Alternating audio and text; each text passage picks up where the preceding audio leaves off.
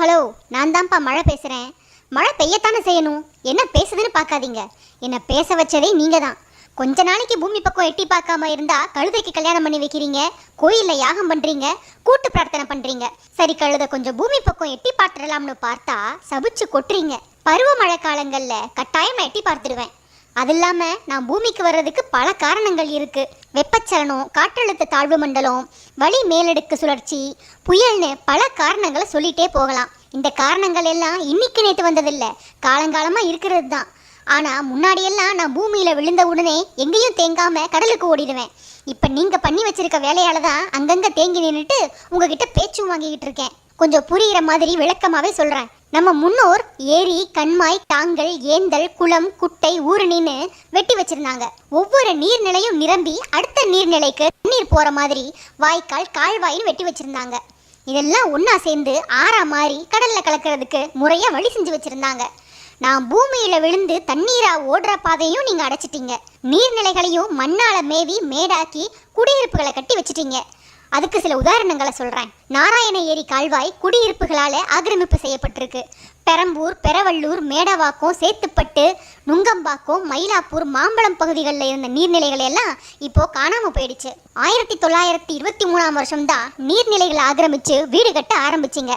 அப்போதான் மாம்பழம் வீட்டுமனை திட்டத்தில் 1600 ஏக்கரில் தியாகராய நகர் உருவாச்சு. 1941ஆம் வருஷம் ஏரிய 54 ஏக்கர்ல லயோலா காலேஜை கட்டினீங்க. 1974 வள்ளுவர் கோட்டம் கட்டினீங்க. அடையாறு, கூவம், கொசஸ்தலை ஆறு, பக்கிங்ஹாம் கால்வாய்கள் தான் சென்னையோட முக்கிய வடிகால்கள். அது எல்லாத்தையும் குப்பை குளமாக்கிட்டீங்க. அப்புறம் நான் எந்த வழியாக போய் கடலில் கலப்பேன்? ஊருக்குள்ளே தானே வந்தாகணும். ஓட்டேரி கால்வாய், விருகம்பாக்கம் கால்வாய், அரும்பாக்கம் கால்வாய், கொடுங்கையூர் கால்வாய், கேப்டன் ஹேட்டன் கால்வாய், வேளச்சேரி கால்வாய், மாம்பழம் கால்வாய் எல்லாம் இப்போ எங்கே போச்சு?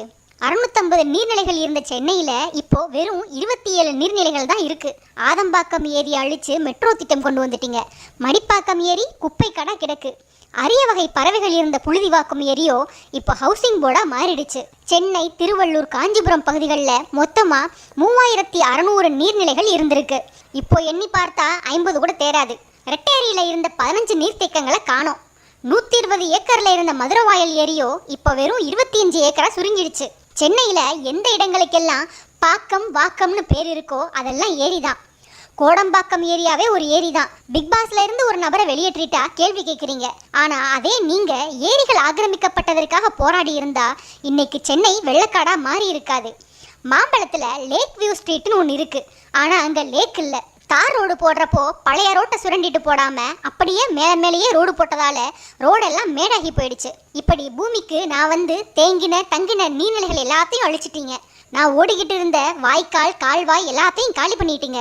அப்புறம் நான் எங்கே போவேன்? உங்கள் வீடுகளுக்குள்ளே தான் புகுவேன், ரோட்டில் தான் தேங்கி நிற்பேன். அதனால் என்னை சபிக்கிறதையும் திட்டுறதையும் விட்டுட்டு ஆக வேண்டிய காரியங்களை ஒழுங்காக செஞ்சு நான் கடலுக்கு போகிறதுக்கு பாதையை ஏற்பாடு பண்ணி கொடுத்தா அடுத்த வருஷமாவது நீங்கள் நிம்மதியாக இருக்கலாம்.